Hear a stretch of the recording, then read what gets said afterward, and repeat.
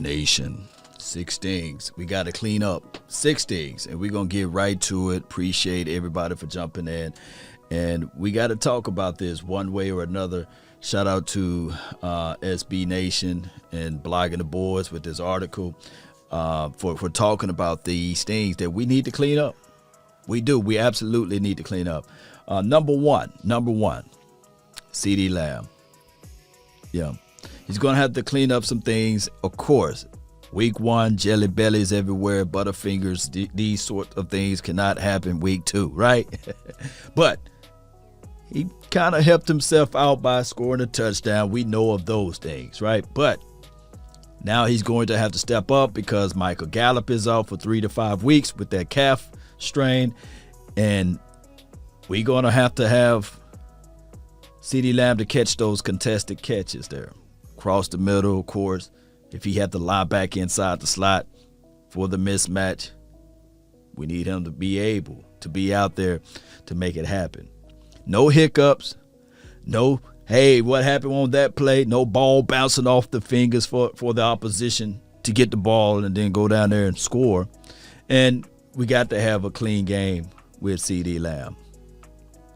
We know Amari Cooper, he's the wide receiver 1, but we need for this CeeDee Lamb to be also the wide receiver 1, right? 2 ones. We need him to play like a 1 because he was drafted in the first round.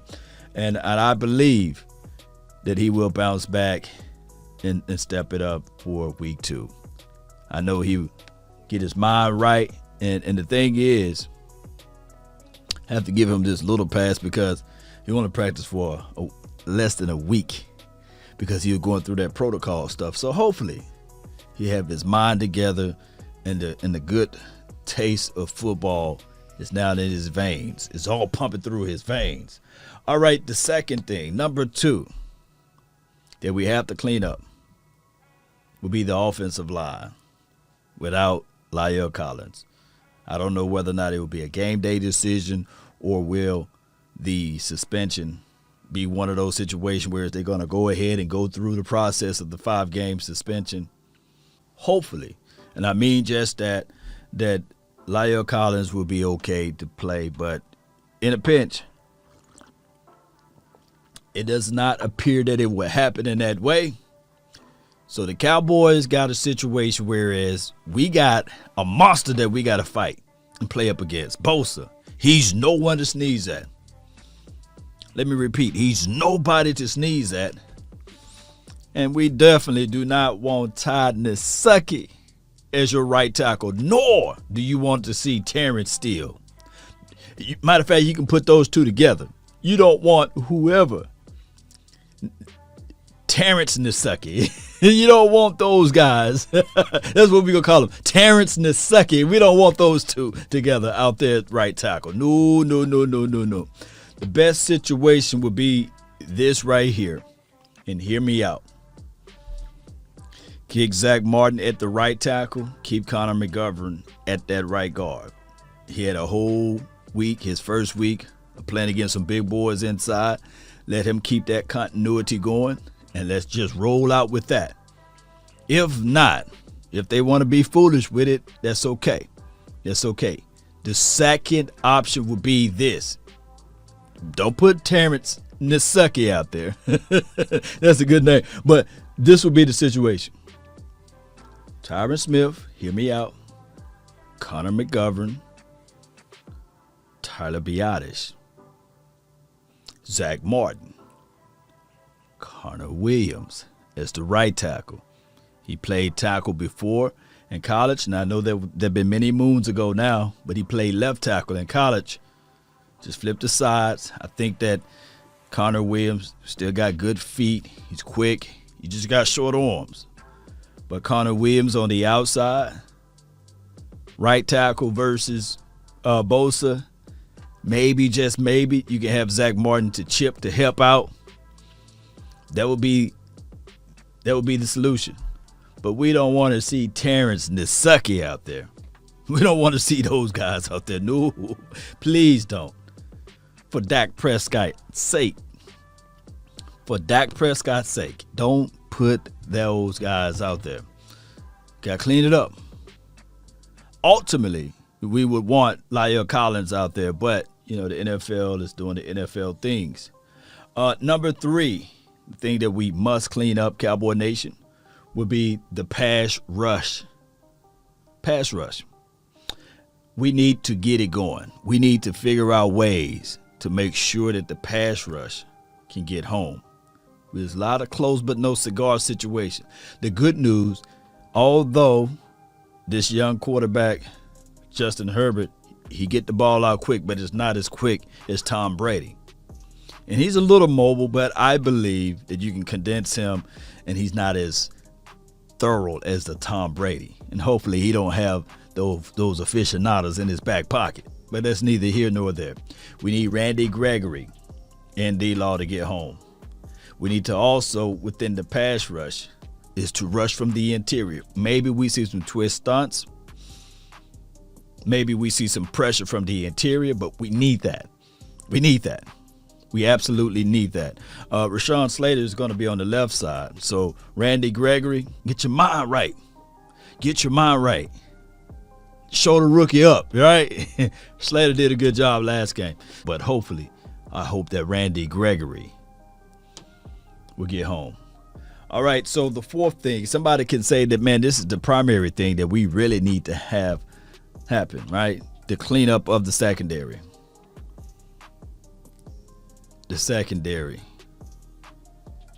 And I'm going to tell you guys this.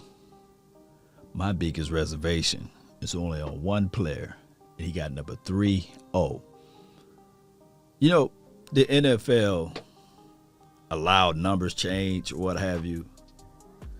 And now defensive backs can wear different types of numbers.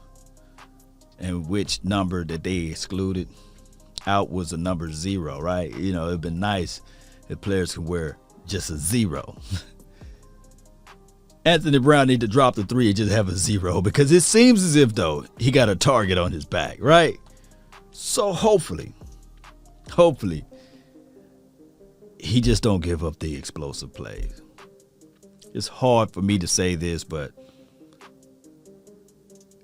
I would rather have Orlando Skadrick out of retirement to come back versus this guy. Neither here nor there. Hopefully, number 3-0 can just keep everything in front of him and don't get burned. He said he got a chip on his shoulder, a Lay's chip. Hopefully, he done went got that tattooed over and put an actual rock there, and he plays like a man on fire against Mike Williams. But they better not put Keenan Allen. The Cowboys better not do that. They better not put Keenan Allen. He better not say, okay, Anthony Brown, you're going to cover Keenan Allen. No. But Mike Williams, he's not the fastest of the fastest guy, but he is 6'4". And Anthony Brown struggled against taller, physical, big receivers. All you have to do is just go back and watch training camp. We had a guy named Osiris Mitchell, who's 6'4" or 6'5", by the way, that was just killing him out there. And we already knew what CeeDee Lamb was doing to him. And Michael Gallup. Oh, Johnny Dixon. And, of course, last week, Antonio Brown. And I heard people, there are a few Anthony Brown apologists saying, okay, it was against Antonio Brown. Well, they explained Osiris Mitchell, Johnny Dixon, Brandon Eagles. Explain those guys why they was burning Anthony Brown, right? Not everybody's lying. There's truth somewhere within there. So we're going to have to make sure that we can shut that part down of him getting burned. I have no solution for it right now. Outside of bringing in Deshaun Wright, boss man Fat is still injured or what have you. You don't want to see him out there this soon.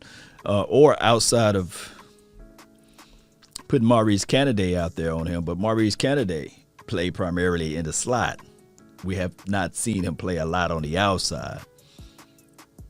And Jordan Lewis, I like his aggressive mentality, but to me personally, I just think that the Cowboys penciled him in as the slot corner and not that much on the outside. And that's still a problem there. 6'4" wide receiver on Jordan Lewis. That's still an issue there as well. But I think that if it's a fighting chance, give me Jordan Lewis over Anthony Brown on the outside. But that's the story of a different day. Number 5, special teams. Got to figure this out. At some point, the special team got to be an advantage for us. Johnny Bones Fossil got to be a difference maker. You got to be a difference maker. Whether it be a mean stare when the kicker miss, or whether it be, hey, in the face of somebody when they miss, coming downhill to make a tackle, an open field tackle you can't miss. Mickens last week ran for 92 yards collectively, averaged 30 yards per kick return.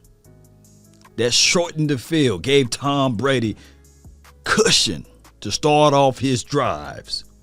That goes a long way, not a short way. We're going to have to improve on that, Johnny Bones. Yeah, that's your nickname now. Johnny Bones, you're going to have to improve on that. Call people out. Let's make an impact. Go down there, make a fumble, make the crucial kicks, make the infield adjustments. You don't have to be super creative, but just play up to par. Make tackles when necessary. And make sure you got the best 11 guys out there when it's time to do the kickoff return. You see what I'm saying? Just make sure you have the best 11 out there. No more of this politics stuff because he's friends of the family, Johnny Bones. Make sure that their special team is right on the money. Last but not least, the 6th thing that we have to clear up. The 6th thing. Mike McCarthy.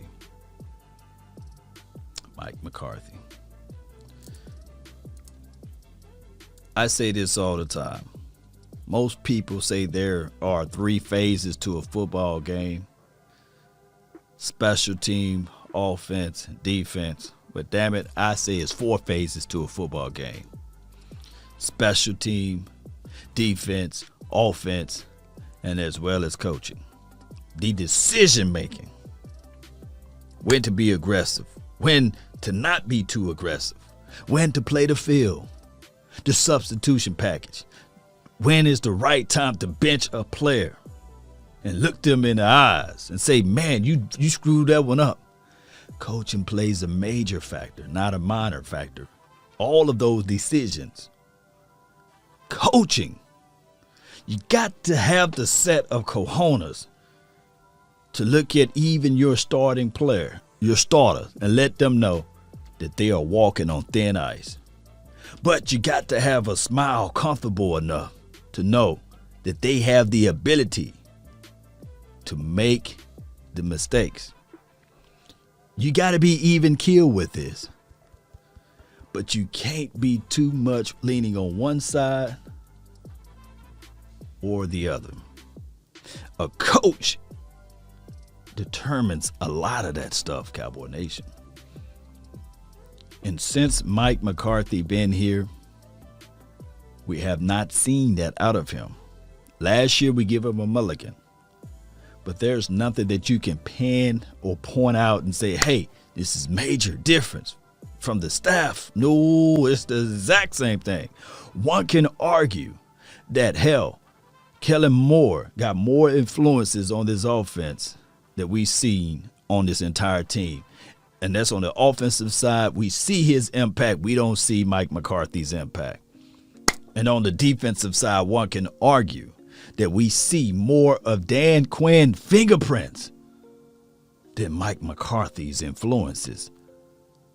And lo and behold, special teams, Johnny Bones, we see him with his fingerprints over it. But where is the Mike McCarthy wild factor? Now, management, we learn in business school, is getting work done through others. Maybe, just maybe, this is the product of Mike McCarthy, of seeing, hear me out, of seeing Kellen Moore, Johnny Bones, and Dan Quinn do their things. But the problem is, on the offensive side of the coin, the exact same thing that we saw last year is this year as far as the offense, with Dak Prescott under center, of course. And newsflash, the same thing we saw with this offense in 2019, 2018. And that was here before Mike McCarthy entered the scene. So we don't see, as Cowboy fans, the differences that Mike McCarthy is making. So we just need for him to stand up and show out in those categories. Cowboy Nation, post me your 6 things that the Cowboys need to improve on for week 2. Post me your thoughts. Let me know how you guys feel of this particular team heading into week 2. That's been my time. I really thank you all for yours. And remember, you're listening to nothing but the best. Go Cowboys. We out. Peace.